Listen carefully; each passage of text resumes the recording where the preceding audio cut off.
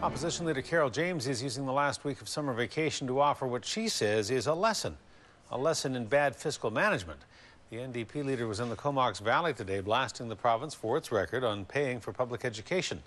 But the minister in charge says James's numbers don't add up. A News reporter Gord Kurbis has the story. All of you, I know some folks have been waiting patiently.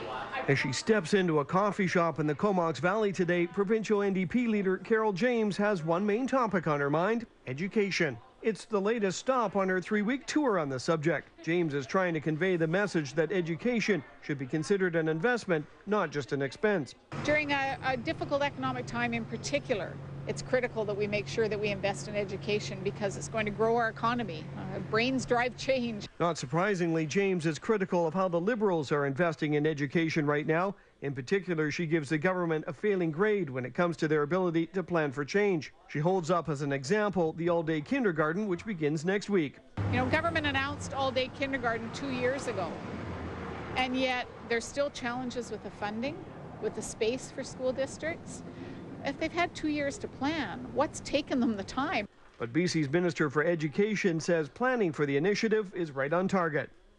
We've worked very hard with school districts all around the province, including up Island for sure. From what we've heard, people are anxious to get going on this. Educators and parents are really excited about full-day kindergarten. The minister also refutes the NDP's claims that too much of the government's educational funding is being downloaded onto local school boards.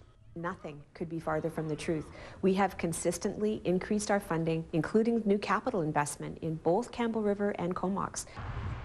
Along with talking about the subject, James is also meeting with various school boards around the province, something Courtenay's school board chair says is a welcome change. I think it's good for school districts to talk to their MLAs and to their opposition people in their districts, regardless of what political stripes they are, so that both sides of the House have a good understanding of educational issues. Now that she's wrapped up in Courtenay, James moves on to the Lower Mainland for more talks and tours before making her way back to Victoria on September 8th.